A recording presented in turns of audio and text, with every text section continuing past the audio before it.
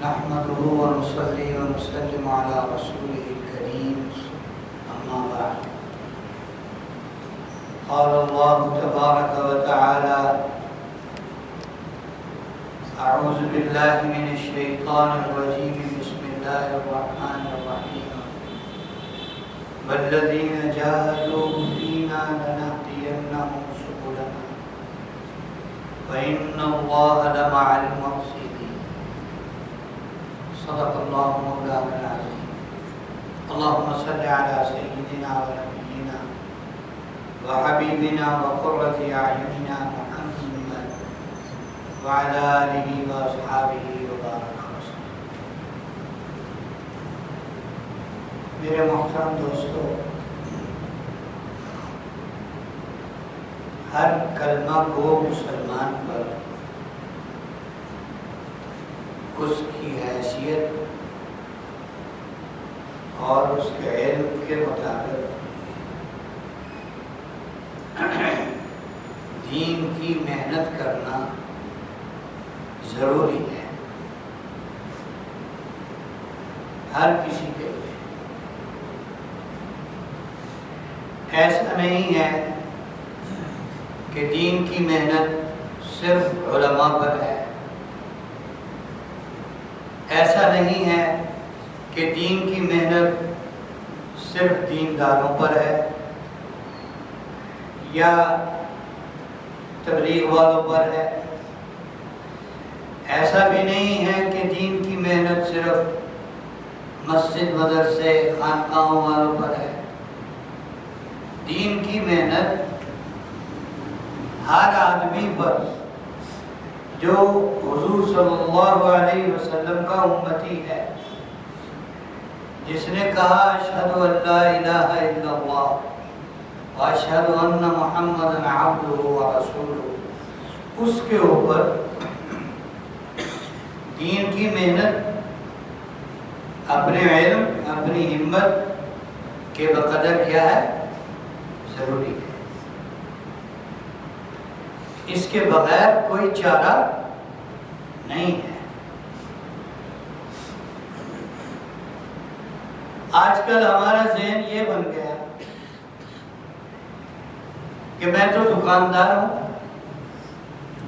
میں تو جابین ہوں، جاب کرتا ہوں، یا میں تو ذمہ دار ہوں، یا میں تو دنیا دار ہوں، میرا دین کی محنت سے کوئی لینا دینا نہیں ہے.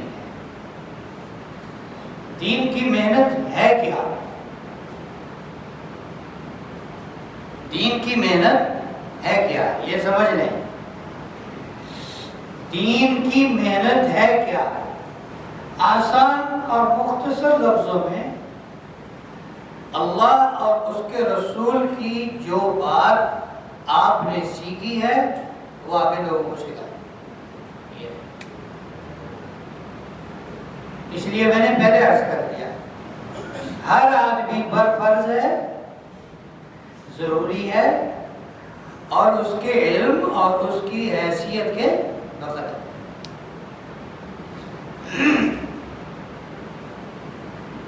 سعودیہ میں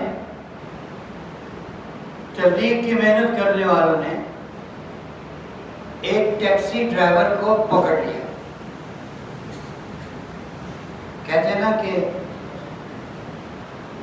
آدمی کو کبھی نہ کبھی پولیس والوں سے بھی واسطہ پڑ سکتا ہے، آدمی کو کبھی نہ کبھی زندگی میں ہسپتال والوں سے، سفید کوٹ والوں سے، کالے کوٹ والوں سے رابطہ پڑ سکتا ہے. ایسے ہم یہ بھی کہتے ہیں کہ ہر آدمی کو کبھی نہ کبھی کسی بھی تبلیغ والے سے واسطہ پڑ سکتا ہے. تو ٹیکسی ڈرائیور کا واسطہ پڑ گیا تبلیغ والوں سے. انہوں نے اس کو کہا تمہارے اوپر بھی دین کی محنت ہے. وہ کہے یار میں جاہل آدمی، عرب تھا، وہ کہے یار میں جاہل آدمی، مجھے آتا جاتا کچھ نہیں ہے، میں تو روزی روٹی کمانے نکلتا ہوں، ٹیکسی چلاتا ہوں، نماز پڑھتا ہوں، اپنے بچوں کے لیے حلال روزی کماتا ہوں بس.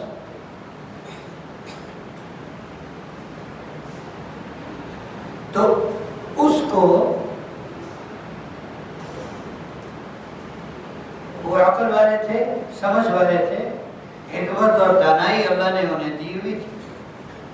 انہوں نے کہا کہ دیکھو نبی کریم صلی اللہ علیہ وسلم کی حدیث ہے، بلغوا عنی ولو آیا، میری بات کو آگے پہنچاؤ بھلے تمہارے پاس میری ایک بات ہے. میری بات کو یعنی حضور صلی اللہ علیہ وسلم فرما رہے ہیں حضور کی بات کو آگے پہنچاؤ بھلے ہی تمہارے پاس ایک بات ہے. پھر انہوں نے اس کو وہ حدیث سکھائی کہ جو بخاری شریف کی آخری حدیث ہے کہ دیکھو نبی کریم صلی اللہ علیہ وسلم نے فرمایا دو کلمے ایسے ہیں، کلمتان، دو کلمے، زیادہ نہیں، دو کلمے، دو بس، کوئی بہت لمبا چوڑا وظیفہ نہیں، ایک سورت نہیں، ایک پارہ نہیں، کوئی ایسا پروگرام نہیں، کلمتان، دو کلمے. آگے ایک جملہ حبیبتان الی الرحمن، یہ دو کلمے اللہ کو بہت محبوب ہیں، بہت محبوب ہیں دو لیکن اللہ کو بہت پسند ہے. پھر ایک جملہ اس حدیث میں یہ ہے کہ خفیفتان علی اللسان،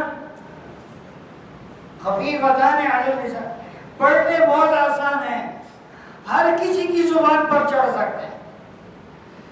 پھر تیسرا جملہ اس حدیث میں یہ ہے کہ ثقیلتان فی المیزان، اس کا وزن، اس کا اجر بہت زیادہ ہے، کوئی تعداد، کوئی لمٹ نہیں بتائی گئی، یعنی کتنا وزن ہوگا.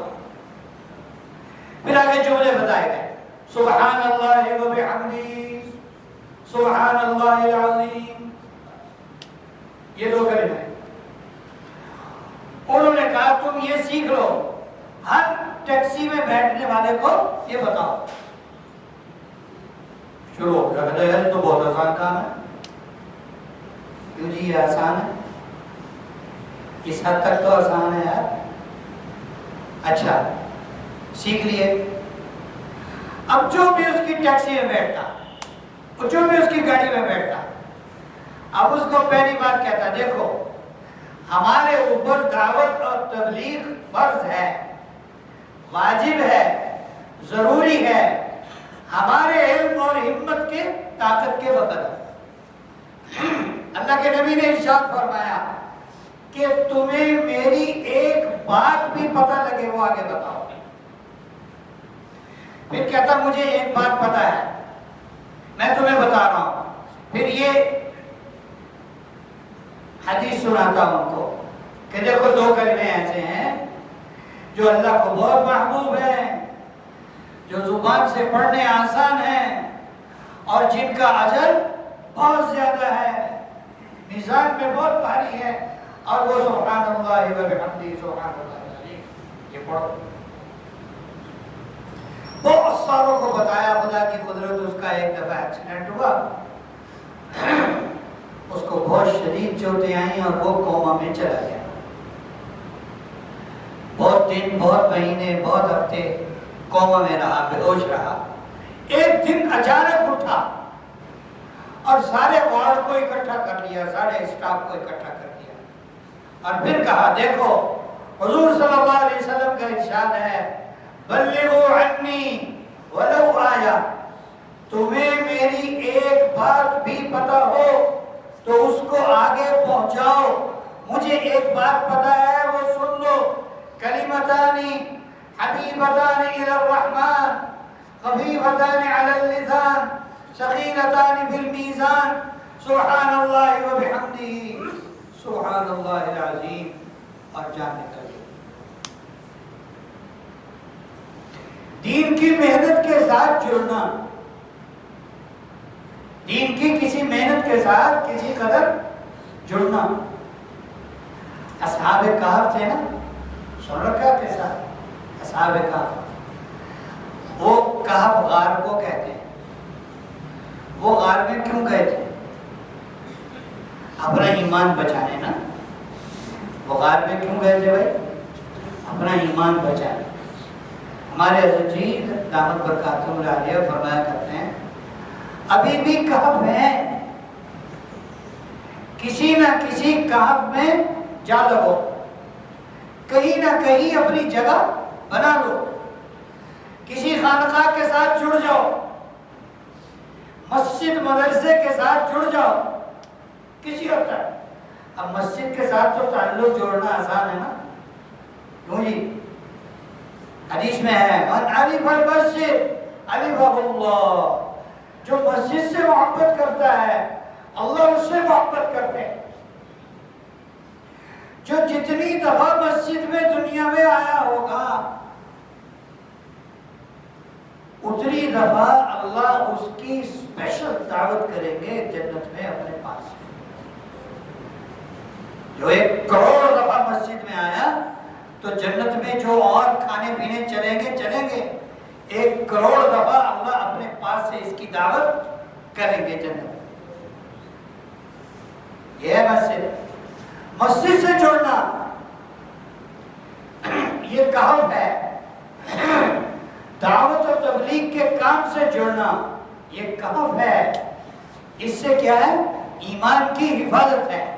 کسی اللہ والے کے ساتھ جڑ جانا، کسی نیک آدمی کے ساتھ اپنا تعلق بنانا، دین کی جو محنت ہو رہی ہے خانقاہوں میں، مدارس میں، مساجد میں، دعوت و تبلیغ، اس کے ساتھ جڑ جانا، اپنی محبت رکھنا، اپنا تعلق رکھنا، کچھ نہ کچھ کام کرتے رہنا، کچھ نہ کچھ. اس کا میں نے آپ کو آخری درجہ بتایا اور شروع ہی اس سے کیا تاکہ کوئی کسی کو مشکل سوال لگے نا یار اے نہیں چڑھ کو. ایک آدمی نے ہم میں سے ایک آدمی نے ہمیں میں سے ایک آدمی سے اپنا غم، اپنا دکھ، اپنی تنگی، اپنے کرائسس شیئر کیے. تو ہمارے ہاں کیا ہے؟ ہم اس سے اپنا دکھ شیئر کر دیتے ہیں. وہ یار سیم ٹو سیم یہی میرے حالات، میں بھی مر گیا، میں بھی لٹ گیا. اب اس میں آپ کو پنجابی کی مثال بتاؤں نا تو یقین کریں کہ آپ کا وضو ٹوٹ جائے سب. آستے آستے عجیب بات، اس کو اللہ کی طرف متوجہ کریں، اس کو کہیں حالات بھیجنے والے کون ہیں، حالات خراب کرنے والے کون ہیں، حالات ٹھیک کرنے والے بھی کون ہیں. مشکل حالات آئے تو اللہ کی طرف سے، اور اب آسانیاں ملے گی تو بھی اللہ کی طرف سے. تم اللہ سے تعلق جوڑو اپنا. آپ جتنے آدمی بیٹھے ہیں آزما کے دیکھ لیں، میں آپ کو چیلنج کرتا ہوں، آپ جتنے آدمی، آپ یار ہمارے دوستوں نے یہ تجربہ کیا، وہ صاحب اولاد ہے، وہ ایک عامل کے پاس چلا گیا اپنے ایک دوست کو. سب یہی بات جو میں آپ کو کہنا چاہ رہا ہوں، میں اپنی بات مکمل کر لوں. آپ کسی بھی عامل کے پاس چلے جائیں جو پیشہ ور ہے، جو پیسے لیتا ہے، آپ اس سے کہیں جی میرے حالات بہت خراب ہیں، کیوں ہے، کچھ کریں، کچھ دیکھیں، مجھے چیک کریں. وہ آپ کو یہی کہے گا تھوڑے تک کسی نے کچھ کیتا، کوئی نہیں کہے گا کہ یہ کلیئر ہے. ہمارا ایک دوست چلا گیا یہی بات اپنے دوسرے دوست کو سمجھانے کے لیے، کہہ رہا تمہیں ان پر بڑا، تم ان کے پاس بڑا آتے جاتے ہو دیکھا. اور کہا بابا جی دیکھو 10 سال ہو گئے شادی کی ہوں، ابھی تک کوئی نیانا نہیں، 5 بچے ہیں اس کے، 5 بچے ہیں اس کے. اب بابا جی وہ ہاتھ دیکھ رہے ہیں، اپنا حساب کتاب لگا رہے ہیں، اور نے کہا پتر تیرے اولاد نہیں ہونی. اٹھ کے آئے کیا انداز میری گل سمجھ آئی اور گھر جڑے میرے پاجنیاں نے جنہوں نے میرا سر کھادا پیا دماغ چٹیا پیا وہ ایک الگ کہانی ہے بابے نہیں سننا تو ایک کہنا پتر تیرے گھر اولاد نہیں ہوئی اب جس کے پاس چلے جائیں وہ حساب لگائے گا ہوگا کچھ کیا ہوا کسی نے اچھا کسی نے کچھ کیا بھی ہے حضور صلی اللہ علیہ وسلم پر کچھ ہوا تھا جادو ہوا تھا حضور کسی عامل کے پاس گئے تھے یار میرے پر جادو ہو گیا اللہ نے 2 صورتیں اتاری تھی قل اعوذ برب الفلق قل اعوذ برب الناس یہ پڑھیں جو جادو کا توڑ اللہ نے اپنے نبی کو دیا اس سے بڑھ کر کوئی چیز ہو سکتی ہے ہم اس پر نہیں ہیں اس لیے ہمیں در در کے دھکے کھانے پڑتے ہیں یقین والے وہ یہ کہتے ہیں اگر جادو ہے تو وہ حق ہے جادو ہو جاتا ہے نظر لگ جاتی ہے اور یہ سایہ ہو گیا یہ نظر ہو گئی یہ برے اثرات یہ سب حق ہے یہ غلط نہیں ہے ایسے ہو جاتا ہے لیکن میں یہ کہہ رہا ہوں کہ پیشہ ور لوگوں کے پاس جانے کے بجائے ہم اللہ کے پاس کیوں نہیں آتے اور یہ چیز ہمیں ملے گی دین کی محنت کسی پہ جوڑ کر اب آپ ایک عام آدمی سے بات کر لیں وہ آپ کو اپنی کہانی سنائے گا آپ کسی مجھے ہوئے تبلیغی سے بات کر لیں کسی دیندار سے بات کر لیں وہ آپ کو کہے گا دیکھ اللہ کی طرف متوجہ ہو اللہ سے مانگ یہ ہے دعوت کی محنت یہ ہے دین کی محنت یہ ہے تبلیغ کی محنت سب کو کس سے جوڑنا اللہ کی ذات ہے سب کو اللہ سے جوڑنا اور کوئی بھی صحابی مسلمان ہوتے تھے مکے میں دائیں بائیں کے علاقوں سے آ کر اچھا یہ چیز ایسی اظہر من الشمس ہے سورج کے نکلے ہوئے کے وقت اس سے بھی زیادہ واضح یہ چیز اتنی زیادہ واضح ہے کہ دین کی محنت کرنا ہر آدمی کے لیے ایسے ضروری ہے جیسے کھانا پینا حضور صحابہ کو کہا نہیں کرتے تھے اب تم جاؤ تم نے یہ کام کرنا نہیں آٹومیٹکلی ان کے دماغ میں دل میں یہ بات آ جاتی تھی کہ اب یہی کام میں نے دوسروں کے ساتھ میں نے کلمہ پڑھا ہے اب میں نے جتنوں کو کلمہ پڑھا سکوں پڑھانا ہے جتنوں کو اللہ سے جوڑ سکوں جوڑنا ہے سارے کا سارا مدینہ آپ کو پتا ہے کس صحابی کے کھاتے میں کیوں جی پتا ہے کسی کو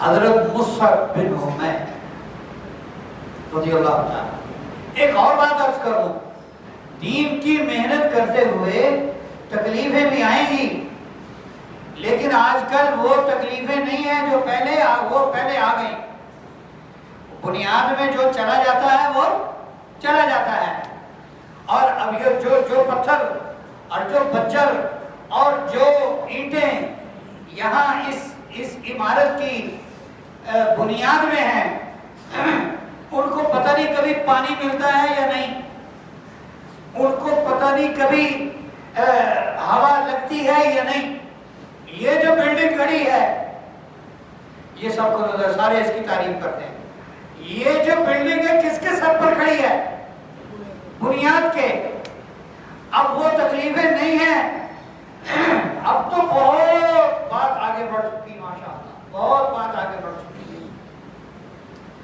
اب تو اتنے مزے ہیں دین کا کام کرنے والوں کے اتنے مزے ہیں اس کی کوئی حد نہیں ہے خدا کی قسم اپنے آپ کو جوڑیں اس کام میں مصعب بن عمیر رضی اللہ تعالیٰ عنہ یہ مکے کے شہزادے تھے روزانہ نیا جوڑا پہنتے تھے اور سب سے قیمتی خوشبو ان کے پاس ہوتی تھی وہ لگاتے تھے اور جب مسلمان ہوئے گھر والوں نے گھر سے نکال دیا ہر چیز سے محروم کر دیا، ہر چیز سے محروم کر دیا۔